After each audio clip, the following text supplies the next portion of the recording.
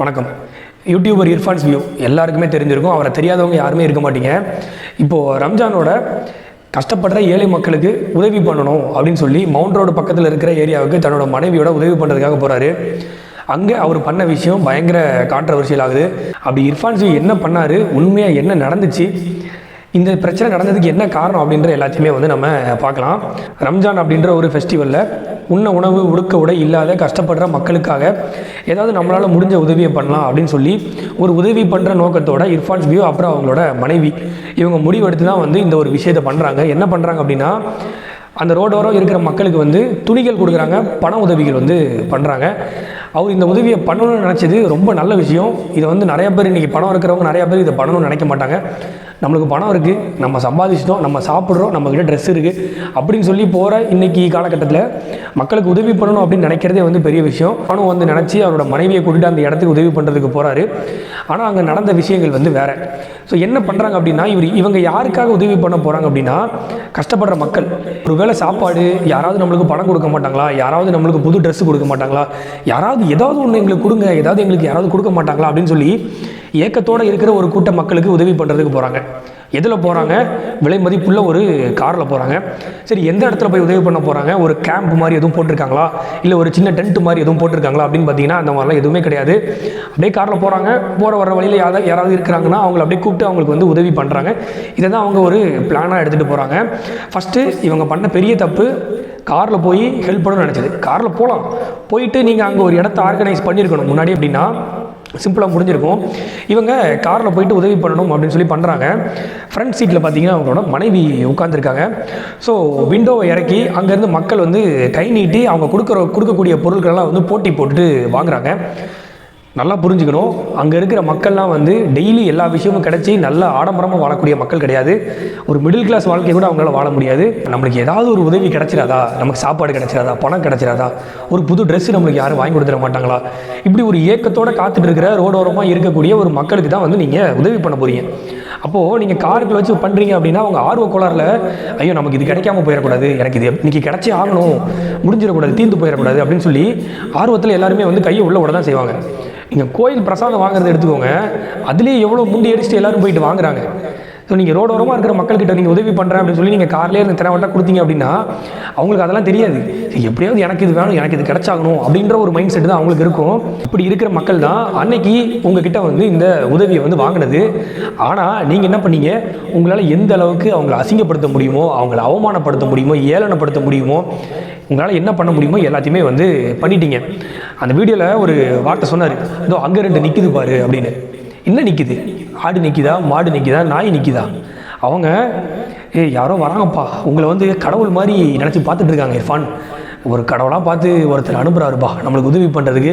இன்றைக்கி நம்மளுக்கு வயிறு நிறைய போகுது, ஒரு 2 நாளைக்கு நம்மளுக்கு வயிறு நிறைய ஒரு காசு கொடுப்பாரு அப்படின்னு ஏக்கத்தோடு உங்களை கடவுள் மாதிரி நினச்சி பார்த்துட்டு இருக்கிறவன் அவனை போயிட்டு அங்கே 2 நிற்கிது பாரு, அங்கே கூட அங்கே போ அப்படின்னு சொல்லி நீங்கள் ஒரு வார்த்தையை நீங்கள் யூஸ் பண்ணுறீங்க. சரி, உதவி பண்ணணும்னு நினச்சது தப்பா ப்ரோ அப்படின்னு சொல்லி உங்களை யாருக்காவது அந்த கேள்வி இருந்ததுன்னா நான் பதில் சொல்கிறேன். உதவி பண்ணணும்னு நினச்சது தப்பே கிடையாது. உதவி பண்ணணும்னு நினச்சி வீடியோ போடுறாங்கல்ல, அதுதான் தப்பு. ஏன்னா இர்ஃபான் என்ன பண்ணுறாருன்னா, நான் ஒரு அமௌண்ட் செலவு பண்ணி உதவி பண்ணிட்டேன், இதை நான் வீடியோவாக எடுத்து போட்டேன்னா அந்த உதவி பண்ணதுக்கான அமௌண்ட்டோட அதிகமான அமௌண்ட் எனக்கு வந்துடும். அது மட்டும் இல்லை, சிம்பதியும் கிரியேட் ஆகிரும். இர்ஃபான் அவன் ஒய்ஃபோட சேர்ந்து நிறையா உதவி பண்ணுறான்ப்பா அப்படின்னு சொல்லி ஒரு சிம்பதியும் கிரியேட் ஆகும். இந்த பிளானிங் தான். ஸோ தெரியும் இர்ஃபான் எப்பத்துலேருந்து ஃபேமஸ் ஆனார், அவரோட வாழ்க்கை மாறினது எப்பத்துலேருந்து, இந்த மாதிரி விஷயங்கள்லாம் அவரை ஸ்டார்டிங்லேருந்து ஃபாலோ பண்ணிகிட்டு இருக்கிற எல்லாருக்குமே தெரியும். நிறைய பேர் அவர் இந்த மாதிரி புது பணக்காரங்களுக்கு இப்படி தான், தலையும் புரியாது, வாழும் புரியாது, என்ன பண்ணுறோன்னே அவங்களுக்கு புரியாது அப்படின்ற மாதிரி சொல்லிட்டு இருக்காங்க. அது உண்மை தான். ஏன்னா அவர் வீடியோ அப்படின்ற ஒரு விஷயம் போடுறாரு, அது மூலமாக பணம் வருது. நான் என்ன வேணாலும் வீடியோ போடுவேன், எனக்கு பணம் வரும், எனக்கு பொலிட்டிக்கல் சப்போர்ட்டும் இருக்குது, உங்களால் என்ன ஒன்றுமே பண்ண முடியாது அப்படின்னு சொல்லி தான் ரீசெண்டாக ஒரு நடந்த பிரச்சனைகள். அவரோட லைஃப்பை நீங்கள் பார்த்தீங்கன்னாலே தெரியும். நம்ம ஊரில் ஒன்று சொல்லுவாங்க, வலது கை கொடுக்கறது இடது கைக்கு தெரியக்கூடாது அப்படின்னு சொல்லுவாங்க. என்னென்னா, நீங்கள் உதவி பண்ணுறீங்கன்னா வலது கையில் ஒரு விஷயத்தை கொடுக்குறீங்கன்னா உங்கள் இடது கை கூட தெரியக்கூடாது. ஆனால் சரி, நீங்கள் வீடியோ எடுத்து போடணும் அப்படின்னு சொல்லி இன்றைக்கி நம்ம நிறையா பேர் பண்ணுறோம். எதுக்காக? இதை பார்த்துட்டு நிறைய பேர் உதவி பண்ணுவாங்க. இப்போ வந்து இர்ஃபான் மவுண்ட் ரோடு பக்கத்தில் இருக்கிறவங்களுக்கு உதவி பண்ணாருன்னா நாளைக்கு நிறைய பேர் அங்கே போய் அங்கே மக்களுக்கு உதவி பண்ணுவாங்க அப்படின்ற ஒரு காரணம் நல்ல எண்ணத்தினால வீடியோ பண்ணலாம். ஆனால் முழுக்க ஒரு கேவலமான எண்ணத்தோட வீடியோ போடணும்னு நினச்சா அதனோட வெளிப்பாடு இப்படி தான் இருக்கும் அப்படின்றதுக்கு இர்ஃபான் தான் வந்து ஒரு மிகப்பெரிய எடுத்துக்காட்டு. இன்னொரு அவர் பண்ண தப்பு என்ன தெரியுமா? இந்த வீடியோவை அவருக்கு ஒருத்தர் எடிட் பண்ணியிருப்பாங்க, ஒரு எடிட்டிங் டீம் இருப்பாங்கல்ல, இவர் அந்த ஃபைனல் காப்பியை கூட பார்க்கல. அந்த எடிட் பண்ணுறவனுக்கும் அறிவு இல்லை. இர்ஃபான் ப்ரோ இந்த மாதிரி உங்கள் வீடியோவில் இருக்குது, இது எனக்கு கொஞ்சம் தப்பாகப்படுது, மக்கள் இதை எப்படி எடுத்துப்பாங்கன்னு தெரியல அப்படின்னு ஒரு ஒப்பீனியன் அவன் சொல்லியிருந்தான்னா இர்ஃபான் வந்து யோசிச்சிருப்பான்.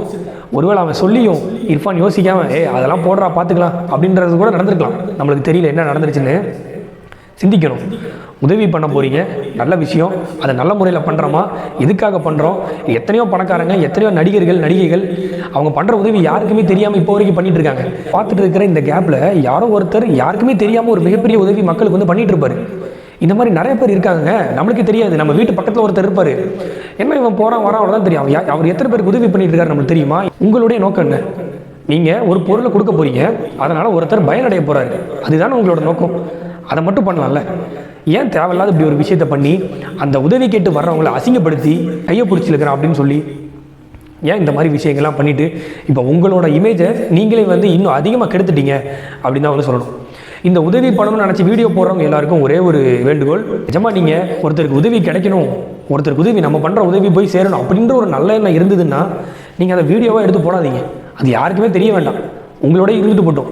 நீங்கள் பண்ணுற புண்ணியம் வந்து உங்களுக்கு வரும், அது கடவுள்னு ஒருத்தர் பார்த்துட்டு இருக்காரு, அவர் உங்களுக்கு கொடுக்க போகிறாரு. நீங்கள் இந்த மாதிரி பண்ணி ஒரு இயக்கத்தோட ஒரு மக்களை நீங்கள் அசிங்கப்படுத்துகிறதா வந்து தயவு செஞ்சு இந்த மாதிரி விஷயத்தை யாருமே வந்து பண்ணாதீங்க. இர்ஃபான் அவர் இந்த வீடியோ பார்த்தீங்க அப்படின்னா இனிமேல் இந்த மாதிரி விஷயங்கள்லாம் பண்ணாதீங்க. அப்படியே பண்ணாலும் அதை ஒருத்தர் எடிட் பண்ணி தரான்ல, அந்த ஃபைனல் காப்பியாவது பாருங்கள், அதுக்காவது டைம் ஸ்பெண்ட் பண்ணுங்கள். உங்களோட சேனலில் தானே வீடியோ போடுறீங்க, நல்லா போட்டு பணம் சம்பாதிக்கிறீங்கல்ல. ஃபைனல் காப்பி பார்க்குறதுல உங்களுக்கு என்ன ஆக போகுது? போடலாமா வேணாமான்னு ஒரு நிமிஷம் யோசிக்க மாட்டீங்க. கடவுள் 6 அறிவு கொடுத்துருக்காரு மனுஷனுக்கு, எதுக்கு? சிந்திக்கிறதுக்கு. அந்த சிந்தனை கூட இல்லாமல் பணம் இருந்து பணம் மட்டும் வச்சு நம்மளால் ஒன்றுமே பண்ண முடியாது. இதை பற்றி நீங்கள் என்ன நினைக்கிறீங்க? இர்ஃபான் பண்ணது கரெக்டாக தப்பா அப்படின்ற உங்களோட ஒப்பீனியன் மறக்காமல் கமெண்ட் செக்ஷனில் சொல்லுங்கள். அடுத்து ஒரு இன்ட்ரெஸ்டிங்கான வீடியோ உங்களை மீட் பண்ணுறேன். பை.